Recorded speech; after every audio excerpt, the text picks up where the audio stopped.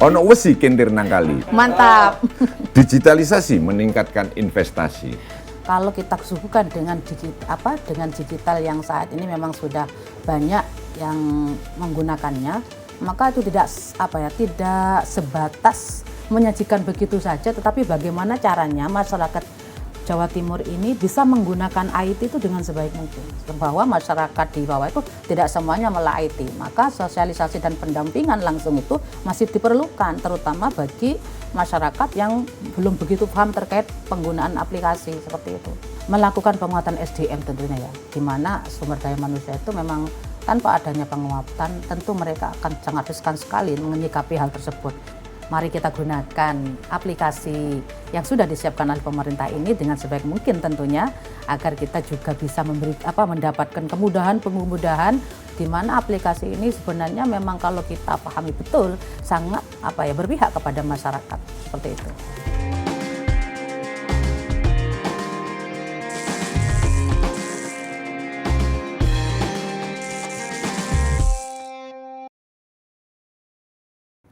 Assalamualaikum dulur Jatim, jumpa lagi di Ngode Ngobrol Bareng Dewan, Jatim Channel Podcast DPRD Jawa Timur bersama saya Dar Gombes. Kali ini kita akan membahas strategi Jawa Timur lewat digitalisasi perizinan untuk dongkrak investasi. Bersama saya sudah hadir dari Komisi C DPRD Jawa Timur, Bunda Hermin, SPDI MPD. Selamat datang Bunda. Selamat datang. Ada parian ya. Otot wesi kulit triplek. Belajar digitalisasi jaro gak gaptek. Ya, kita akan membahas seputar digitalisasi di Jawa Timur, strateginya bagaimana sehingga bisa mendongkrak investasi. Bunda Hermin, bisa sedikit bercerita tentang tupoksi hubungannya dengan kegiatan yang aktivitas sehari-hari dari Bunda Hermin? Kalau aktivitas saya sehari-hari selain ada di kedewanan, juga aktif di organisasi. Organisasi saya itu adalah Laskar Sholawat Nusantara. Laskar Sholawat Nusantara. Selawat. Dan di Laskar Sholawat Nusantara itu saya sebagai Ketua Umum Sri Kandi Laskar Sholawat Nusantara. Oh, berarti ini Sri Kandi dari Jember Ibu ya? Betul. Karena di Laskar Sholawat Nusantara itu sebenarnya ada 4 sayap. Nah, jadi sayap yang pertama itu adalah Serikat Tani Laskar Sholawat Nusantara, itu komunitasnya para petani. Yang kedua adalah Serikat Pengusaha Laskar Sholawat Nusantara. Ya. Nah, di situ di dalamnya adalah pengusaha-pengusaha yang memang di situ memang sudah bergerak di bidangnya. Kemudian yang ketiga itu ada Serikat Mahasiswa Laskar Sholawat Nusantara. Ini komunitasnya mahasiswa. Dan yang terakhir adalah Sri Kandi Laskar Sholawat Nusantara yang saya sendiri sebagai ketua umumnya. Aktivitasnya seputar apa itu? Kita di Sri Kandi Laskar Sholawat Nusantara itu ya seperti organisasi-organisasi yang lain, cuman tidak seperti nama organisasinya. Bukan berarti organisasi di Laskar Sholawat Nusantara itu hanya sholawatan saja. Tapi bagaimana kita ini di masyarakat itu bisa benar-benar berkontribusi, terutama salah satu adalah menyuarakan program-program pemerintah daerah yang memang banyak banyak ditunggu oleh masyarakat lapisan bawah, seperti itu. Kalau melihat dari background pendidikan kan dari sarjana pendidikan Islam, kemudian di Komisi C membidangi keuangan. Lah ini relate nggak ini kira-kira ini? Dikatakan relate tidak, cuman ya dijalani saja gitu aja. Gitu. Kalau dengan kegiatan yang di mana tadi? Laskar Sholawat Nusantara. juga nggak relate juga ya sebenarnya ya. Ada relate-nya. Jadi kan tadi kan ada sayap ada sayap yang namanya Serikat Pengusaha Laskar Selosantara. Nah, salah satu daripada tupoksi kami di Komisi C itu adalah bagaimana menggerakkan sektor UMKM. Lah, disitulah kami berperan seperti itu. Berarti memberikan sosialisasi masih Ya. cocok ya, relate dengan masih relate, gitu. dengan guru ya. Dengan guru juga dengan usaha termasuk UMKM. Oh iya. Seperti itu. Tapi di ininya sudah nggak aktif ya di pendidikannya. Di pendidikan saya sudah nggak begitu aktif, Ya. tapi masih juga sebagai pengawas. Pengawas dari Pengawas sekolah. intern yayasan. Oh, intern yayasan. Ya. Oh, ada yayasan juga. Ada yayasannya. Di Jember? Ya, Oh, ya, dapilnya Jember. Lumajang. Jember Lumajang. Jember Lumajang. Nah, sekarang kalau di Komisi C kan tupoksinya keuangan. Nah, hubungannya dengan digitalisasi perizinan ini di mananya, Ibu? Nah, kebetulan di Komisi C itu kan kadang-kala itu kita juga membahas tentang pajak dan retribusi daerah. Nah, terutama dengan perpajakan. Bagaimana sih masyarakat itu ketika ingin membayar pajak itu tidak diribetkan dengan masalah administrasi. Maka peran digitalisasi dalam proses pembayaran pajak juga dibutuhkan seperti itu. Pun begitu dengan para pelaku usaha yang ingin mempunyai perizinan secara legal melalui NIB itu juga berkaitan dengan digitalisasi seperti itu. Aset daerah pun seperti itu. Nah, kalau Bunda Hermin melihat di Jawa Timur, digitalisasi perizinan sudah sampai mana kira-kira? Sejauh ini sebenarnya itu sudah berjalan sangat maju. Kalau kita ngomong prosentase aja ya. Prosentasenya iya. Jadi sejauh ini sebenarnya perizinan di Jawa Timur itu sudah sangat maju ya. Terutama melalui informasi yang disebut dengan Jatim Online Single Submission ya, yang dikelola oleh DPMPTSP. Nah, di mana sistem ini berfokus pada kemudahan, kemudian transparan dan efisiensi yang menjadi kewenangan pemerintah provinsi itu sendiri. Kemudian langkah apa yang ditempuh untuk, kan ini di masyarakat juga, kan kita juga sadar ya bahwa masyarakat ini tidak semuanya melek digital ya, melek IT lah. Kira-kira usaha atau apa aja yang sudah dilakukan dari Komisi C untuk mempercepat transformasi ini? Melakukan pendampingan, ke bawah langsung melakukan pendampingan bagaimana caranya. Aktualnya? Ya, bagaimana caranya masyarakat ini kalau kita suguhkan dengan digital yang saat ini memang sudah banyak yang menggunakannya, maka itu tidak sebatas menyajikan begitu saja, tetapi bagaimana caranya masyarakat Jawa Timur ini bisa menggunakan IT itu dengan sebaik mungkin, seperti itu.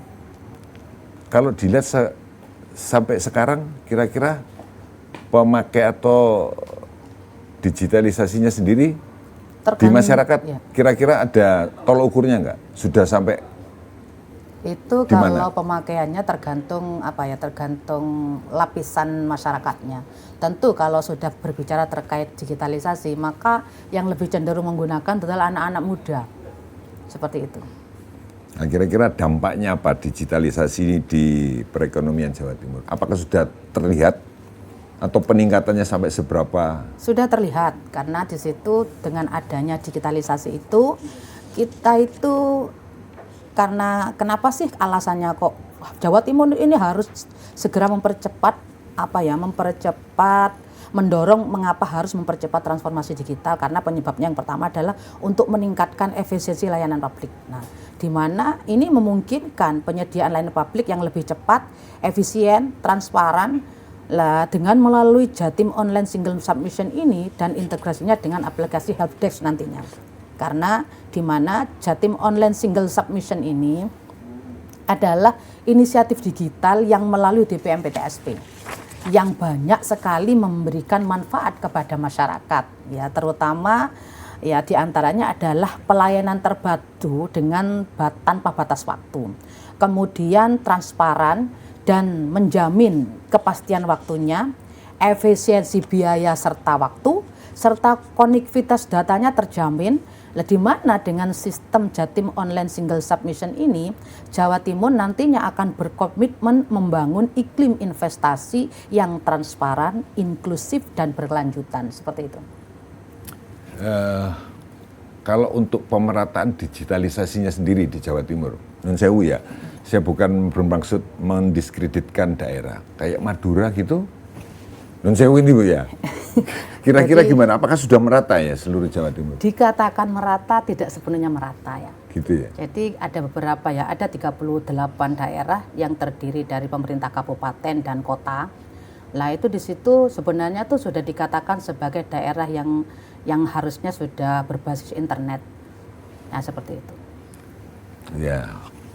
Kalau untuk penanganan digitalisasinya sendiri, kira-kira di Komisi C ini bekerja sama dengan pihak ketiga kah untuk mengawal digitalisasinya sendiri? Karena mungkin di Komisi C sendiri, tim ahli yang di IT belum tentu ada ya Bu ya?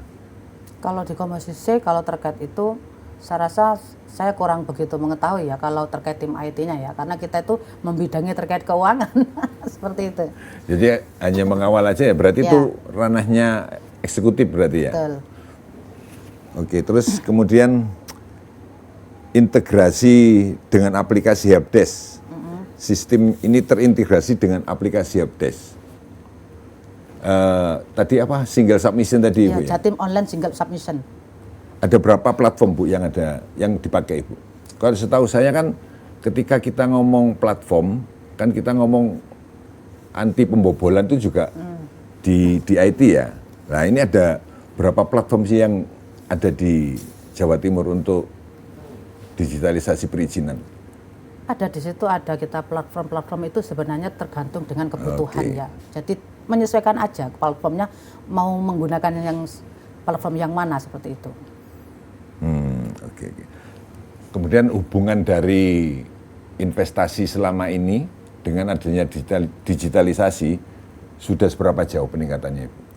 Kalau respon dari dunia usaha sendiri sih sebenarnya terhadap aplikasi Helpdesk ini atau layanan Jatim Online Single Submission sangat positif ya, dikarenakan mereka tuh menganggap adanya Jatim Online Single Submission ini adalah sebagai inovasi yang memangkas birokrasi agar tidak terjadi tumpang tindih di situ, yang akan nantinya akan memudahkan masyarakat untuk menggunakannya, meningkatkan efisiensi dan memberi kemudahan dalam dalam pengurusan perizinan tentunya seperti itu. Kira-kira yang menarik investasi dari digitalisasi sendiri ada poin-poinnya nggak Ibu ya? Terkait dengan digitalisasi sendiri, kita itu kepingin bagaimana caranya para investor itu tertarik untuk berinvestasi di Jawa Timur, seperti itu. Karena mungkin dengan digitalisasi lebih transparan gitu mungkin ya. Betul, transparan, efektif, dan akuntabel kalau digitalisasi itu. Kalau di Jember sendiri gimana? Kalau di Jember sendiri, Maksudnya investasinya sudah benar-benar terasakan nggak? Dirasakan nggak? oh di Jember ini Pak, ya mungkin kita semua di daerah, di pemerintah daerah sendiri semuanya sudah merasakan dampak daripada adanya pemangkasan dana transfer dari daerah ya.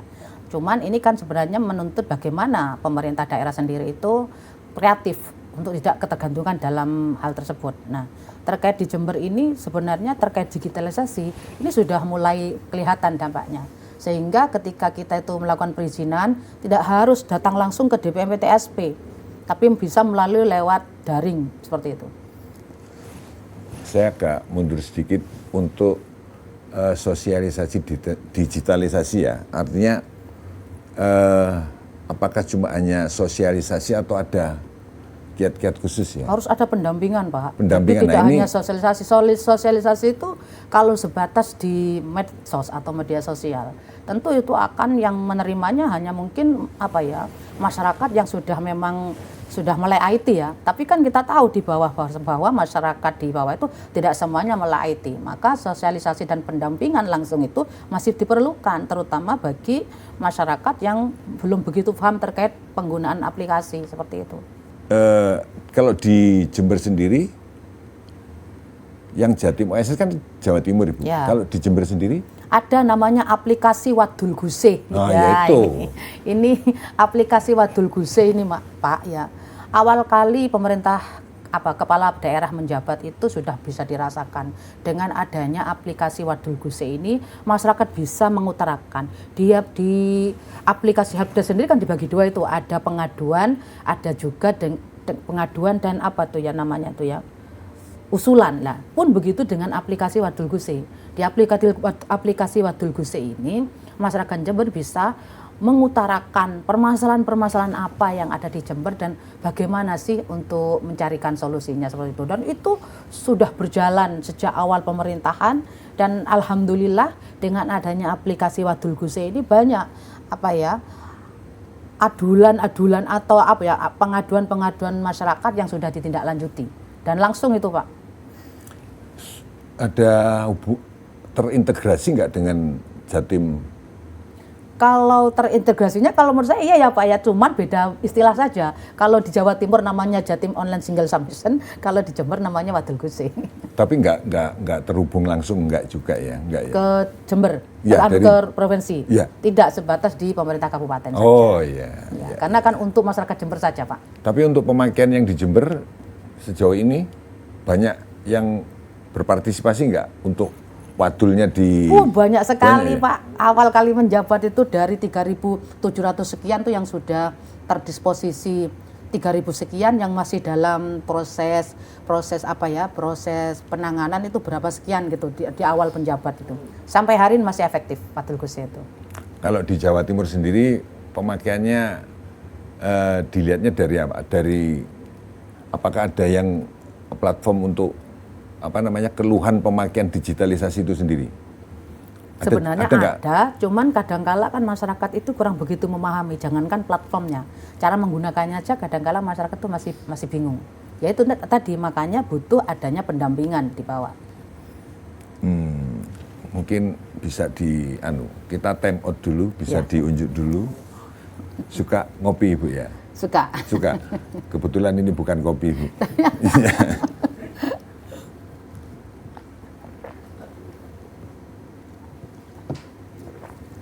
Sekarang kembali ke investasi. Respon investor sendiri sampai sejauh ini bagaimana Ibu?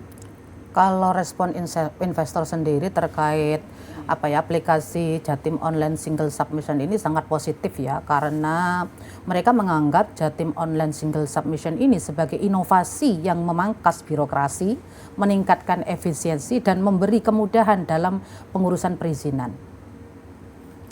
Ya, terus kemudian kalau kita ngomong digitalisasi ini lebih transparan ya. Betul. Klaimnya kan mudah, cepat, transparan. Iya. Nah, melihat ini sampai sejauh mana ini? Nah, kalau dilihat secara keseluruhan ya, sistem ini dirancang untuk good government ya sebenarnya ya, di mana prosesnya itu terukur, akuntabel dan minim interaksi fisik. Kenapa kok minim interaksi fisik? Karena penerapannya itu melalui pelacakan studi real time, kemudian kepastian hukumnya juga didukung oleh Pergub nomor 69 tahun 2020 dan dokumentasi serta tanda tangannya juga sudah menggunakan elektronik, kemudian datanya juga sudah terintegrasi dan yang pasti bisa dicetak sesuai dengan desain keinginan sendiri secara mandiri seperti itu. Kan ini sudah berjalan mulai tahun 2020 itu ya. Pergubnya tahun 2020. 2020. Ya. Nah, sampai sejauh ini standar kepuasan masyarakat dengan pemakaian ini ataukah masih banyak keluhan-keluhan dengan pemakaian digitalisasi ini? Sampai sejauh ini gimana Ibu? Kalau masyarakat itu sudah paham cara menggunakannya, saya rasa tidak ada keluhan ya. Beda lagi dengan masyarakat yang belum begitu paham cara menggunakan digitalnya. Tentu masih banyak keluhan-keluhan, maka di dalam menyikapi hal tersebut, pendampingan khusus itu yang diperlukan. Ya, artinya sampai sejauh ini belum ada keluhan yang masuk ke Dewan ya? Belum. Okay. Karena memang Jatim Online Single Submission ini memang dikemas supaya cepat, transparan, tidak berbelit-belit. Ya, artinya itu masih oke berarti Ibu ya. Berarti artinya perkembangannya juga bisa dinilai positif gitu ya. Oke, terus kemudian terkait perizinan serta pelayanan yang beralih dalam bentuk digital pasti juga mempengaruhi proses investasi Ibu. Nah, sejauh ini sistem Jatim online single submission mempengaruhi realisasi investasi di Jawa Timur, terutama penanaman modal dalam negeri? Sangat mempengaruhi ya, karena itu terkait dengan apa ya namanya. Kalau secara hasil pemantauan hingga tahun 2026 ini adalah terkait dengan penerapan sistem Jatim online single submission ini termasuk sudah memenuhi beberapa standar kepuasan masyarakat.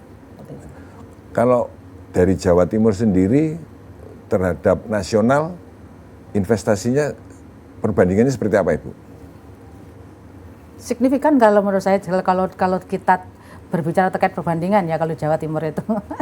Jadi petanya itu kira-kira Jawa Timur di tingkat nasional ini apakah menduduki ranking teratas atau masih di tiga bawah? besar. Jawa Timur tiga besar. Tiga besar ya. Dari beberapa provinsi itu masuk tiga besar. Jadi kira-kira peran digitalisasi sendiri di Jawa Timur sampai sejauh ini signifikan ya? Signifikan dalam sekali. peta investasi di Indonesia. Betul. Kalau boleh tahu perkembangannya sampai seberapa jauh, Ibu? Nah, Jawa Timur ini kan sebenarnya ya terkait dengan peta investasi nasional itu sendiri. Jawa Timur memegang posisi yang sangat krusial dan strategis dalam peta investasi nasional ya. Konsisten dan berada dalam tiga besar provinsi dengan realisasi investasi tertinggi di Indonesia berdasarkan data tahun 2025 sampai tahun 2026 itu Jawa Timur itu berfungsi sebagai mesin ekonomi utama dan center of gravity ekonomi di wilayah Indonesia Timur itu sendiri. Artinya peningkatannya signifikan nggak? Signifikan. Ya. Artinya ketika ngomong peningkatannya signifikan tapi masih posisi 3, berarti yang lainnya juga peningkatannya signifikan juga, Ibu ya. Terus kemudian tantangan apa sih, Bu, ke depannya untuk Jatim online single submission ini terhadap investasi di Jawa Timur? Tantangannya itu sebenarnya sih masih minimnya pengetahuan masyarakat terkait bagaimana caranya menggunakan aplikasi ini sebenarnya sih. Tantangannya itu aja. Dan juga belum meratanya digitalisasi internet yang ada di masing-masing daerah. Terus kemudian langkah strategis dari Dewan dalam mengatasi mungkin ada anomali atau ketidaklancaran dalam proses digital ini seperti apa? Kalau menurut kami dalam menyikapi hal tersebut itu ya, kita harus bagaimana caranya aplikasi tersebut itu bisa masyarakat atau pelaku usaha itu tidak perlu datang ke kantor DPTSP itu, tapi dengan menggunakan daring itu adalah langkah-langkahnya bagaimana caranya masyarakat ini bisa menggunakan aplikasi ini dengan sebaik mungkin untuk menarik investor datang ke Jawa Timur untuk berinvestasi tentunya seperti itu. Itu ada hubungan nggak dengan pengangguran yang ada di? Tentu, semakin banyak investor yang tertarik untuk berinvestasi di Jawa Timur, maka akan semakin ada peluang untuk mengurangi tingkat pengangguran di Jawa Timur. Sampai sejauh ini, apakah sudah bisa teratasi? Kalau sepenuhnya tidak teratasi ya, tapi lebih banyak yang teratasinya.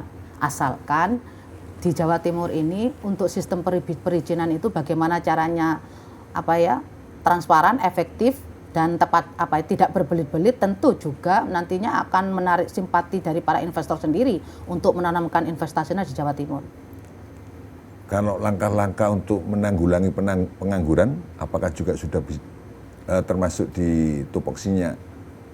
Kalau di tupoksinya kami Komisi tidak, cuman setahu saya kalau untuk mengurangi pengangguran itu tentu kita perlu ada strategi khusus.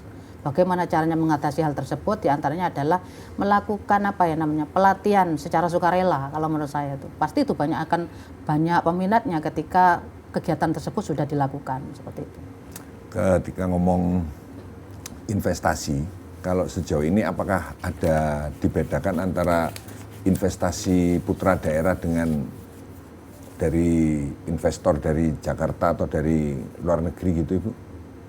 Berarti itu katanya dengan PMA terkait dengan istilah yang asing dan domestik kan itu. Iya. Nah, saya rasa kalau untuk asing dan domestik itu kita menyesuaikan saja tergantung bagaimana yang lebih berkontribusi terhadap Jawa Timur seperti itu. Nggak ada prioritas harus putra daerah gitu? Enggak harus. Nggak ada ya. Kalau sejauh ini kita ngomong ke Jember dulu Ibu ya. Kalau kita ngomong investasi kan lebih ke arah PT, CV gitu Bu ya. Pembentukannya itu sudah signifikan belum sih Bu? Jadi ketika bertumbuhnya investasi, pembentukan perusahaan itu kan juga akan mengurangi pengangguran. Nah ini di Jember sendiri gimana? Itu apakah pengaruh juga dengan peningkatan PAD? Termasuk dengan pengangguran itu tadi? Ya hubungannya kan investasi tadi kan biasanya kalau kita ngomong investor, mereka akan membentuk sebuah PT lewat digitalisasi perizinan. Nah, sampai sejauh mana sih tingkat penyerapan pengangguran yang ada di Jawa Timur atau di Jember sendiri? Kalau khusus di Jember itu langkah-langkah bagaimana untuk menyikapi hal tersebut adalah melakukan penguatan SDM tentunya ya, di mana sumber daya manusia itu memang tanpa adanya penguatan tentu mereka akan sangat riskan sekali menyikapi hal tersebut. Kemudian yang terpenting adalah meningkatkan infrastrukturnya dulu, karena infrastruktur ini juga berpengaruh terkait dengan digitalisasi itu juga. Selain itu juga menguatkan ekonomi dan kemandirian industri, serta melakukan reformasi birokrasi dan tata kelola pemerintahan, kemudian melakukan penguatan ketahanan nasional serta memanfaatkan sumber daya alam yang berkelanjutan. Untuk peningkatan PAD itu kira-kira sudah enggak dari Komisi C, Bu, peningkatan PAD?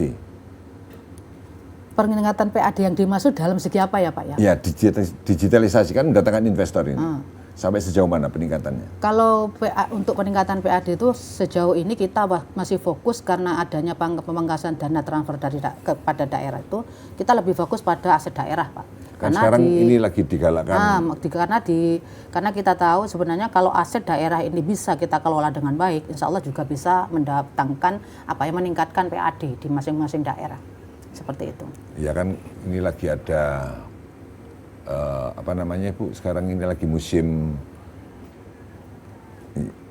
pengiritan atau efisiensi. Nah, ya. Bahkan kemarin kami ketika kunjungan ke Dinas Ketenagakerjaan, di situ kita juga bertanya sih, ada lift 3 di situ ya. Ya. Tapi kok kenapa yang berjalan yang aktif itu hanya 1? Ketika kami tanya, loh ini kenapa nggak bisa? Ternyata juga ada efisiensi di sana. Bahkan sampai ke lift 3 ini yang berfungsi hanya 1 itu Pak. Nah, kemudian kalau efisiensi itu mempengaruhi nggak kegiatan sosialisasi? Jelas Pak, tidak hanya pada sosialisasi, efisiensi itu juga mempengaruhi terkait dengan visi misi daerah yang sebelumnya memang sudah dirancang. Kita tahu ya, ketika pilak atau pilkada atau pesta demokrasi yang lainnya, tidak mungkin calon-calon itu tanpa memberikan janji-janji kepada masyarakat. Nah, ketika sudah janji-janji itu sudah disampaikan, kemudian ternyata di hari ini kemudian ada pemangkasan dana transfer dari pusat, maka mereka mau tidak mau ya harus bagaimana caranya mengelola dana yang ada dengan sebaik mungkin. Tapi itu juga akan menimbulkan nantinya justru akan lebih menimbulkan ketidakpercayaan publik kepada pemerintah daerah. Kenapa? Karena banyak program-program yang tidak bisa terrealisasikan dengan adanya pemangkasan dan transfer kepada daerah tersebut. Nah, sekarang pengaruhnya besar nggak sih, Bu? Ya sangat besar sekali, Pak. Itu bisa menjatuhkan reputasi kepala daerah kalau kepala daerahnya itu nggak bisa menyikapi itu. Kan gitu. Ya, terus kemudian sosialisasi itu sendiri ketika ada efisiensi, apakah dirubah bentuknya? Kalau untuk ininya ya, menyiasati dari efisiensi. Kalau bentuknya tidak berubah, mungkin ada penundaan saja, atau dikemas dengan sesuatu yang sekiranya itu tidak begitu menyimpang dari visi misi yang di awal seperti itu. Atau mungkin sosialisasi yang harusnya offline diganti dengan online gitu Ibu ya. Betul, karena kan efisiensi Pak. Jadi itu mengurangi tenaga dan biaya kan seperti itu. Nah, itu apakah juga sudah. Apakah dilakukan juga seperti itu? Iya, termasuk ya dengan aplikasi Wadul Guse kalau di Jember itu. Jadi mereka kan tidak perlu datang ke Pemkab atau pendopo untuk mengutarakan permasalahan-permasalahan yang ada, tapi cukup di aplikasi Wadul Guse tersebut. Jadi kalau mau demo-demo gitu cukup demo di rumah gitu ya? Ya, enggak, kalau kayak gitu tidak bisa, Pak. Terus kemudian apa target jangka panjang Jawa Timur, Bu, dalam hal investasi melalui digitalisasi perizinan? Kalau targetnya bagaimana sih dapat sekiranya dapat menciptakan ekonomi ekosistem yang dan bisnis yang cepat, transparan dan tentunya yang berdaya saing tinggi ya Pak ya. Itu target yang utama. Terus kemudian harapan-harapan dari DPRD Jatim untuk transformasi digital di masa depan? Kami DPRD Provinsi Jawa Timur itu berharap nantinya ke depannya masyarakat Jawa Timur ini bisa menggunakan layanan digital yang telah disediakan oleh pemerintah daerah dengan sebaik mungkin agar dapat menarik investor untuk berinvestasi di Jawa Timur sehingga dapat mengurangi jumlah pengangguran dan membawa dampak yang signifikan kepada masyarakat dan agar pertumbuhan ekonomi di Jawa Timur itu bisa meningkat dan merata dan bisa dirasakan manfaatnya oleh masyarakat Jawa Timur. Kira-kira yang diharapkan peningkatannya sampai berapa persen, Ibu? Kalau kita ngomong 100% mungkin enggak ya. Kalau bisa jangan 100%, 1000% kalau gitu bisa. Ya? Itu nanti Bu, untuk efisiensi juga akan enggak efektif juga itu nanti. Ya, betul. Kemudian kalau untuk yang di Jember sendiri gimana, Ibu? Terkait? Yang itu tadi, harapan-harapannya? Sama Pak, tidak jauh beda. Harapannya kalau dengan adanya aplikasi Wadul Guse terutama, berarti kan kalau di Jember Wadul Guse Pak ya, dengan adanya aplikasi Wadul Guse ini tentunya kami berharap masyarakat Jember itu juga benar-benar menggunakan aplikasi tersebut supaya bisa menyampaikan keluhan-keluhan, saran-saran atau masukan-masukan tanpa harus konfrontasi langsung kepada pemerintah daerahnya. Seperti itu. Terus pesannya kepada masyarakat Jawa Timur khususnya di Dapil Ibu ya, kalau Jember Lumajang. Jember Lumajang, mari kita gunakan aplikasi yang sudah disiapkan oleh pemerintah ini dengan sebaik mungkin tentunya agar kita juga bisa mendapatkan kemudahan untuk menjalankan rutinitas kita sehari-hari sebagai masyarakat Jember dan Lumajang, di mana aplikasi ini sebenarnya memang kalau kita pahami betul sangat berpihak kepada masyarakat seperti itu. Ya. Sehubungan dengan itu komitmennya apa dari saya sendiri sebagai Komisi C tentunya. Betul. Komitmen kami sebagai Komisi C ini adalah melalui dengan pendekatan legislasi, kemudian pengawasan dan penganggaran. Langkah strategis yang kami ambil ini adalah untuk menjaga tren positif investasi yang mencapai 143,7 triliun di tahun 2024 dan menargetkan pertumbuhan yang berkelanjutan ke depannya tentunya. Baik, terima kasih Bunda Hermin, Dulur Jawa Timur. Terima kasih juga sudah menemani kita dalam acara ngobrol bareng Dewan, Jatim Channel Podcast DPRD Provinsi Jawa Timur. Saya ada Parian. Ono wesi kintir nangkali. Cakep. Wah, nggak ada yang Bu, kalau di mantep Bu. Oh, mantep kalau cakep nanti Batavian. Begitu ya. Iya. Ono wesi kintir nangkali. Mantap. Digitalisasi meningkatkan investasi. Sekian Dulur Jawa Timur. Wassalamualaikum warahmatullahi wabarakatuh. Waalaikumsalam warahmatullahi wabarakatuh.